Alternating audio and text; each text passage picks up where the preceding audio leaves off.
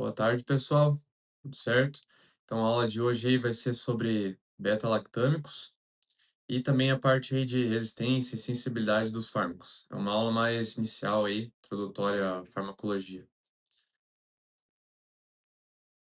Então, de início, nos fármacos ali se tem a diferença de resistência e a sensibilidade. A resistência é o quê? A resistência é quando o fármaco realmente não funciona. Então, a bactéria ali vai ser resistente ao antibiótico. E a Diga, seguindo. E a sensibilidade vai ser quando o antibiótico funciona, que é a parte mais tranquila. Tem um antibiograma aí mostrando essa diferença aqui em relação à sensibilidade e resistência. Lembrar também que o intermediário vai ser quando o antibiótico ele não funciona na concentração normal, que se precisa se aumentar a concentração, a dose, para ele estar tendo efeito. Então tem que lembrar essa diferença. Resistente, intermediário e sensível. Resistente não tem efeito, intermediário tem efeito, mas daí é com a exposição aumentada, com a dose aumentada, para ter o efeito na mesma na bactéria. E sensível quando o antibiótico vai ter o efeito. Aqui é a diferença de bactericida e bacteriostático. O que que tem que saber aqui? Bactericida vai ser todo antibiótico que vai eliminar, vai matar as bactérias, enquanto o bacteriostático vai apenas inibir o crescimento das bactérias e ele é sempre reversível. Então, se você parar de tomar o antibiótico, ele para de ter efeito e pode ter uma volta da doença ou da infecção, porque as bactérias podem voltar a crescer. Importante aqui que no bacterostático, por que que se opta por um bacterostático, então, e não um bactericida? Sendo que o bactericida que vai eliminar as bactérias definitivamente. Porque no bacterostático se espera que o próprio imunidade da pessoa, o próprio organismo consiga lidar com a infecção. Sendo que normalmente os antibióticos são bacterostáticos, eles têm menos efeitos colaterais. E desse slide aqui tem que saber bem quais antibióticos são bactericidas e quais antibióticos são bacterostáticos.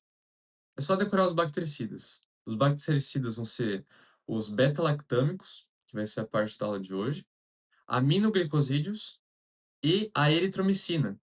Somente a eritromicina, dos macrolídeos, porque a eritromicina é um antibiótico que faz parte desse grupo, entende? Então, bactericidas vai ser beta-lactâmicos, aminoglicosídeos e eritromicina. Todo o resto é bacteriostático. Isso para os que afetam a parede celular e os inibidores da síntese proteica. Bem importante essa diferenciação aí, tá? Lembrando. A resistência. A resistência tem três tipos: resistência simples, cruzada e múltipla. A resistência simples é quando uma bactéria ela vai ser resistente a apenas um antibiótico. Então, por exemplo, uma bactéria que é resistente à amoxicilina, que é o antibiótico mais comum hoje em dia, a primeira opção aí de remédio quando se pensa em bactéria, pode não ser resistente, por exemplo, a bactéria é resistente só à amoxicilina e não aos outros antibióticos, como a amicacina, tobramicina, tem um monte de antibióticos. Então, só resistente à amoxicilina, a um fármaco, daí é resistência simples. Resistência cruzada é quando a bactéria vai ser resistente a uma classe inteira de antibióticos.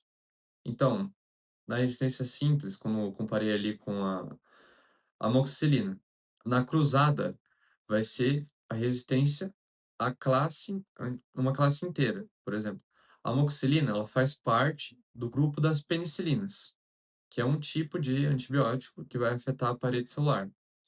Então, quando é a resistência cruzada, vai ser resistente a esse grupo inteiro, por exemplo, às penicilinas ou a um outro grupo. Pode ser, por exemplo, aos carbapenêmicos, aos monobactêmicos, aos. Deixa eu pensar outro aqui. Tem vários também, mas, vai ser resistência sempre a um grupo inteiro, por exemplo, macrolídeos, resistência aos macrolídeos. E isso depende muito da característica. Fala, diga.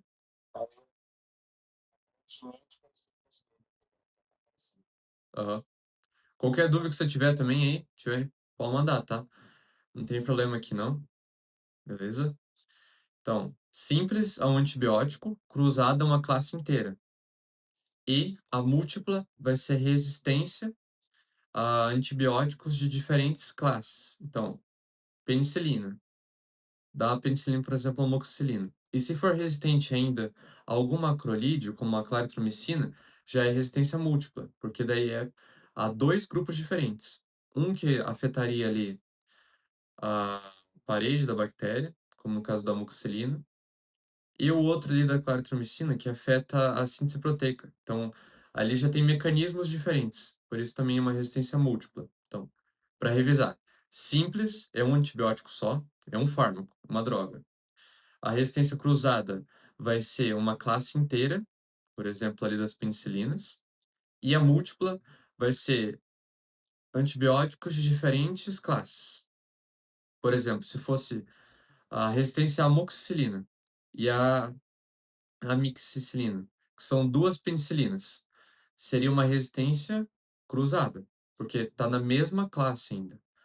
Se fosse só da amoxicilina, seria uma resistência simples, e se for uma resistência da amoxicilina com alguma outra classe, algum fármaco de outra classe, como a claritromicina que nem falei, daí seria múltipla. Isso tem que lembrar.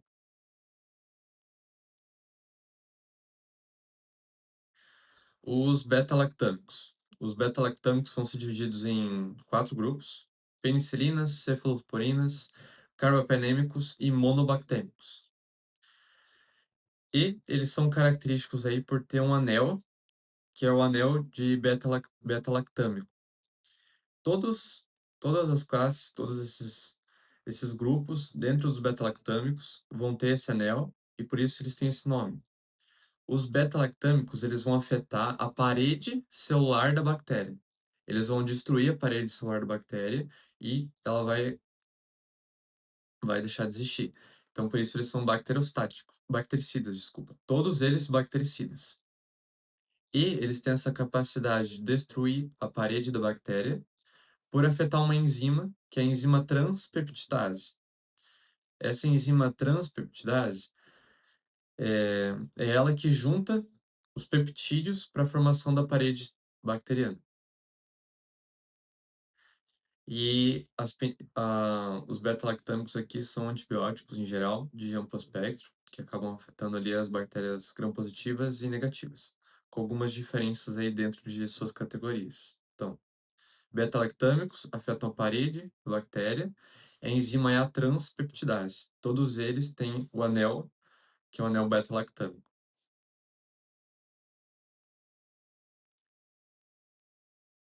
As penicilinas. As penicilinas são divididas em penicilinas naturais e penicilinas sintéticas. As penicilinas naturais vão ser as penicilinas G e V. E as sintéticas, elas se originam ali após a invenção de uma molécula que se chama 6-APA.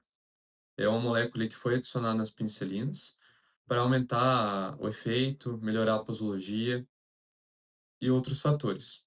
Das naturais, que são a G e a V, por exemplo, hoje em dia não se usa mais. O que se usa aqui, ó, que nem dá para ver nessa árvore, aqui é a invenção da molécula, do 6-APA, e depois apareceram daí todas as sintéticas, que a gente usa hoje em dia, ó, amoxicilina e outras aqui também. Tem aqui meticilina, naficilina e mais um monte delas. Primeiro aqui começando com as naturais. A penicilina G é a mesma coisa que benzilpenicilina. E existem três variações aí dentro delas. Lembrar que aqui, ó, o que é importante, a via de administração, tem que saber. E aqui um pouco da forma de atuação delas. Da penicilina G, vai ter dentro dela a penicilina cristalina dissódica ou potássia. que ela é endovenosa, é a única que é endovenosa das naturais, e ela também atravessa a barreira hematocefálica. Depois tem a penicilina benzatina e a procaína. As duas são intramusculares.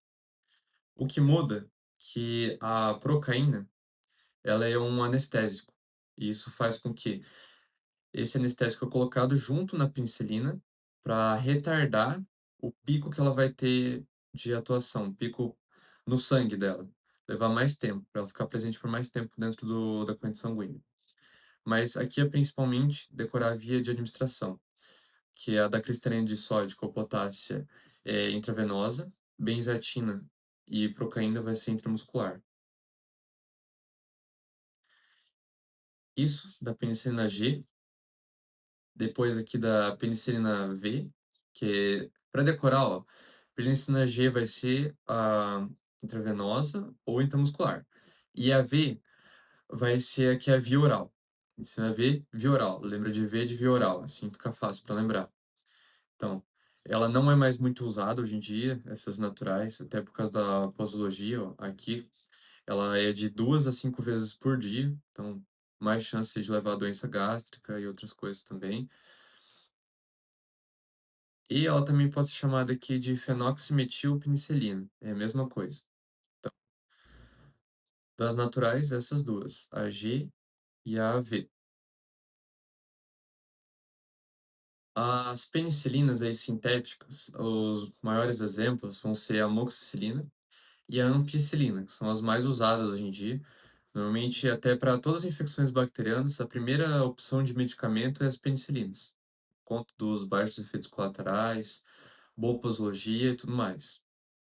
E o que tem que lembrar?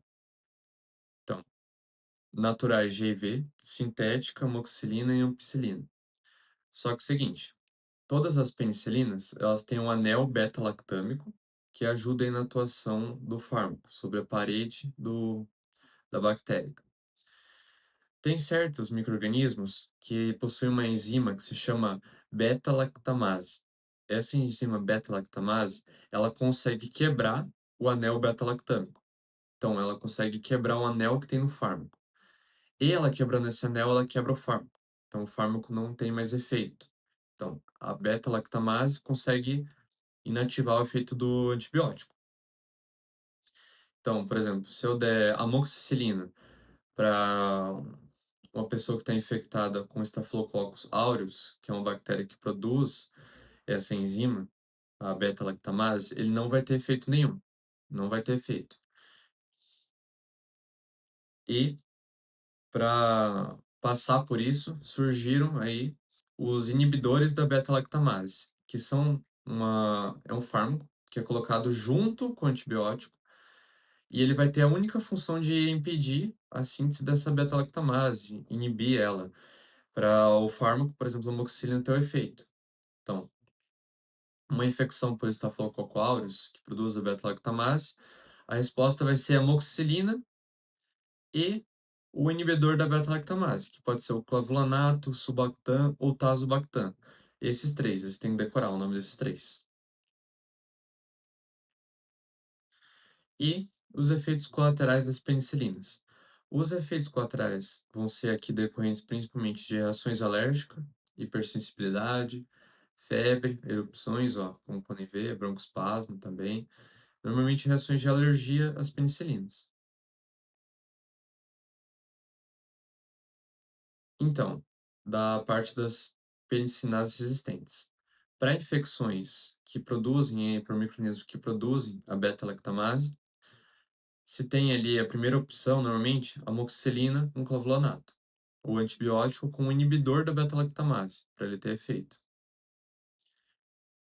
E, como segunda opção ali, infecções hospitalares e tudo mais, daí se opta por uma combinação, que é um fármaco que ele já é resistente à beta-lactamase. Então, ele pode ser administrado já, sem precisar de um inibidor, por exemplo.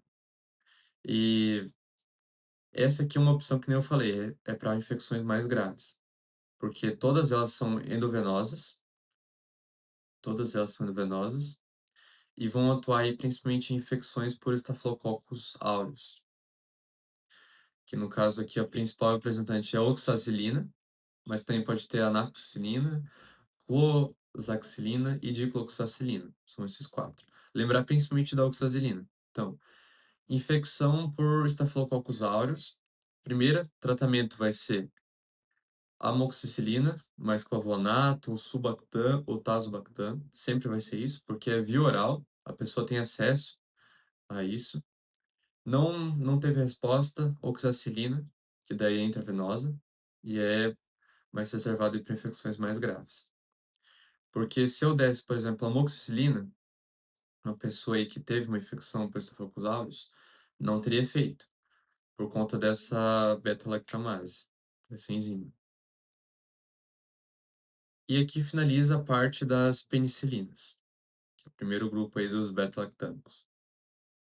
As cefalosporinas. As cefalosporinas já é...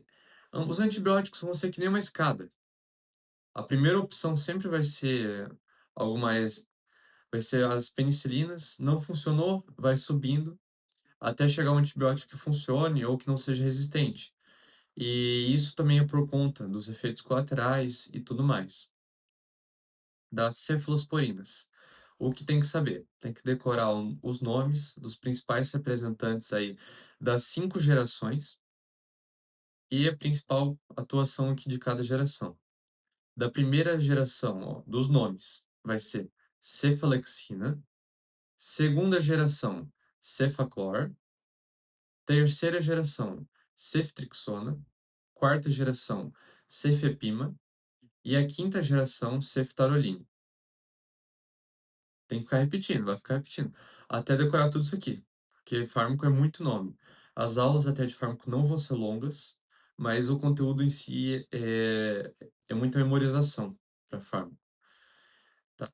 Então, cefalexina, cefaclor, ceftrixona, cefepima e ceftaroline.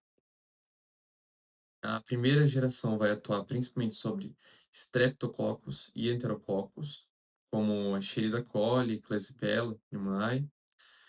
A segunda geração vai ser que mais eficaz contra bactérias gram-negativas, mais resistentes a beta-lactamases, e como aqui, como exemplo, Enterobacter, Neisseria e tudo mais. Para fármaco, você tem que decorar, principalmente se o antibiótico é de amplo espectro, qual microorganismo afeta, os principais representantes, e depois venha nisso aqui também, ser mais eficaz para gram-negativo ou gram-positivo, porque já foi cobrado em outras provas nossas de fármaco isso. Então tem que estar sabendo também. Mas tenta seguir uma prioridade, sabe? Porque o que principalmente vai cair vai ser, por exemplo, mecanismo de ação, onde que atua. Aqui eles estão falando dos beta-lactâmicos, então vai ser sempre na parede celular e tudo mais. A terceira geração aqui, ela vai ser muito eficaz aí contra gram-negativas e positivas, pseudomonas, por exemplo, e outras bactérias, que é o principal representante é a ceftrixona. A quarta geração vai ser o tratamento aí de infecções resistentes à terceira geração, que é a cefepima. E a quinta geração, ela é usada ali, ó, por exemplo, ó, alérgicos à oxacilina, que era um antibiótico para tratamento de infecções de Staphylococcus aureus. E aqui, ó, melhora a posologia também, ó, 12 em 12 horas. E uso em pneumonia e tratamento de tecidos moles, vai ser a parte da quinta geração, com ceftaroline. Os monobactêmicos.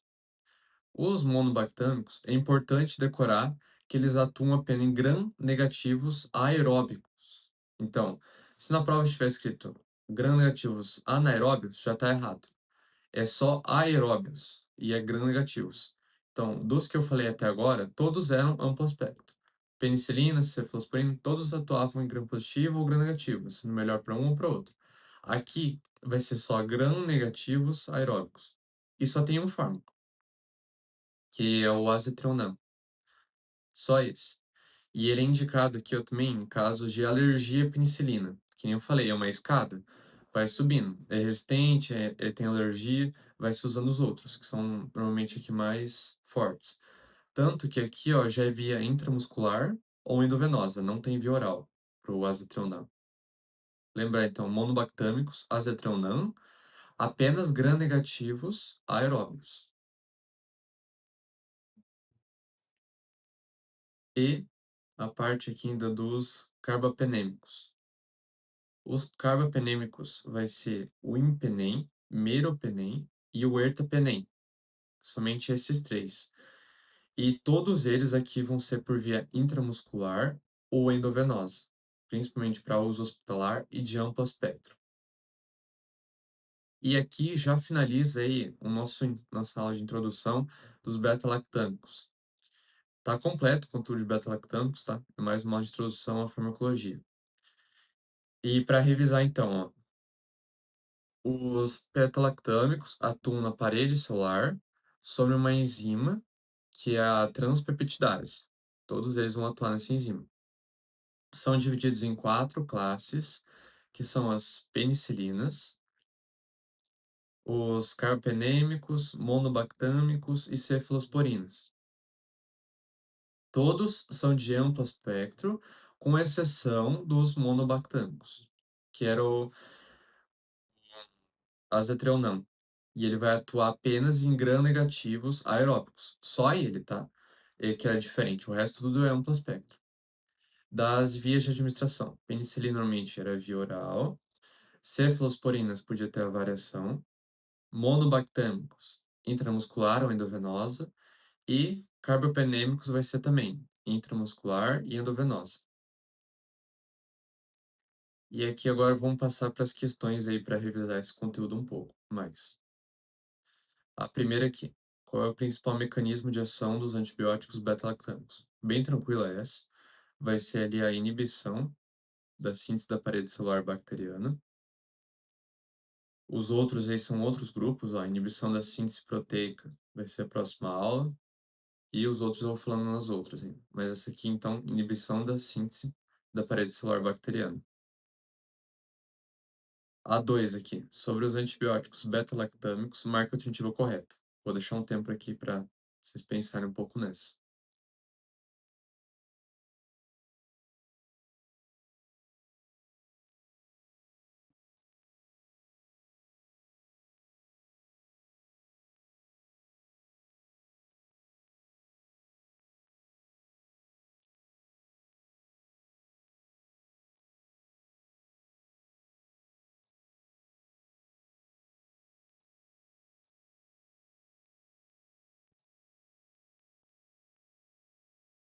Essa aqui é C. A resistência bacteriana aos beta-lactâmicos pode estar associada à produção de beta-lactamases, que ocorre, por exemplo, no Staphylococcus aureus. E qual que seria, então, o tratamento para o Staphylococcus aureus? A primeira opção. A primeira opção para o tratamento do Staphylococcus aureus vai ser ali, se fosse, por exemplo, só amoxicilina, daria? Não daria, por causa da beta-lactamase, não teria efeito. Teria que ser amoxicilina mais clavulanato, tazobactam, sulbactam, qualquer um desses. Essa é a primeira opção. Não funcionou. Daí nós vamos para a oxacilina. Lembra lá que a oxacilina era intravenosa, infecções mais graves. Oxacilina não funcionou, vamos para cefalosporinas. Tinha uma geração que era principalmente para alérgicos aí, a oxacilina também era uma opção, que era da quinta, ceftriaxona, pode ser usado também. E não funcionou, é resistente. Qual que é a próxima? Vai seguindo, vai seguindo que nem uma escada. Na próxima aula eu vou trazer ali os inibidores de síntese proteica, que também podem ser usados. E sempre se vai aumentando ali, dependendo a força do antibiótico, os efeitos colaterais e tudo mais. Mas a preferência para o tratamento, se for sensível, lembrar aquela classificação nisso da aula, é as penicilinas ali combinado com o inibidor, clavulanato, sulbactam ou tazobactam. A terceira aqui, assinale a alternativa correta sobre os carpenêmicos. Mais um tempinho aí para pensar, hein?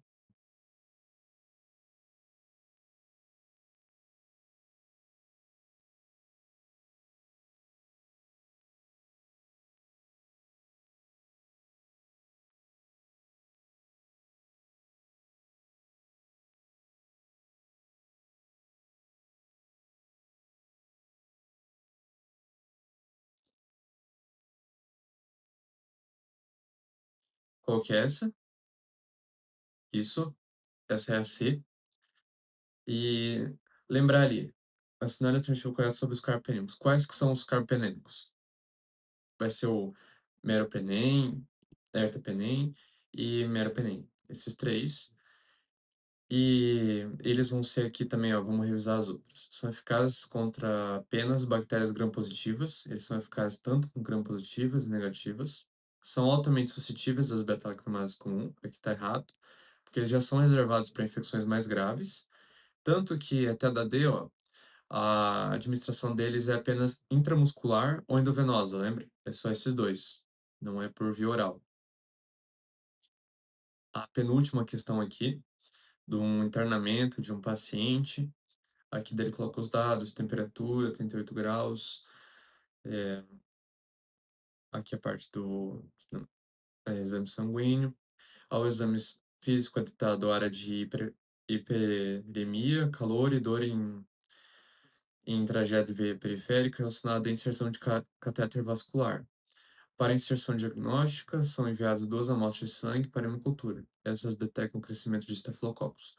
Dentre os antimicrobianos citados abaixo, a principal opção terapêutica para o tratamento da infecção causada por esse microorganismo é tá, estafilococos. Aqui, qual que vai ser? Tranquilo essa. Isso, essa é a oxacilina. Oxacilina. Tanto, ó, Staphylococcus aureus é um micro-organismo que costuma ficar na epiderme. E aqui ele fala é, infecção relacionada, que tragédia veio, inserção de catéter vascular. Às vezes foi uma contaminação ali que passou daí para uma infecção sistêmica, que é uma infecção mais grave, que é, também área hospitalar, ó. Então, oxacilina, que é reservado aí para as infecções mais graves e hospitalares, para o tratamento aí de estafilococos, o aureus, né? E a última questão aqui, as cefalosporinas orais de primeira geração têm menor custo e tudo mais, né? E aqui ele coloca um texto pedindo aí um exemplo das cefalosporinas de primeira geração. Esse aqui tá bem decorado o nome de todas as gerações do fármaco, principalmente das principais, tá? Daquela lá que eu deixei já em outra cor, destacada, para vocês focarem mesmo, que foi o que o professor nosso e até comentou bastante na aula. Primeira geração vai ser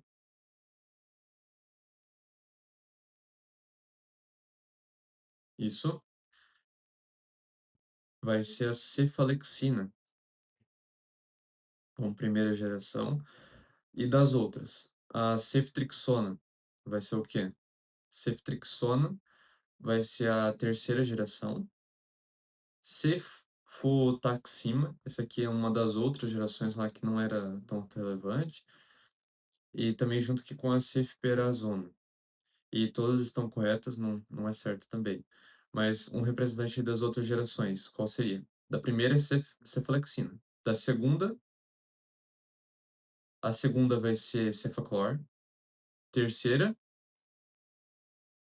a terceira, daí sim, ceftrixona, tá ali, né? A quarta, cefepima. E a quinta, ceftaroline. Perfeito. Essas são as cinco. E aqui acaba a nossa aula de hoje, uma aula mais curta mesmo. E eu queria agradecer a todo mundo que participou dessa aula, que deu vontade de vir. E eu ainda fiz um Kahoot aqui que eu vou passar para o pessoal que está comigo nas aulas para a gente revisar aí são umas 15 questões aí para a gente estar revisando de novo esse assunto de fármaco. Vou tentar aí para as próximas aulas também trazer bastante questões aí para a gente revisar, mais que 5. Próxima aula ali vão ser 30 questões para a gente revisar todo o conteúdo e fazer as aulas sempre cumulativas, para sempre estar revisando os conteúdos passados, para deixar vocês bem preparados para a prova. Obrigado aí pela atenção e tchau aí, pessoal. Até a próxima.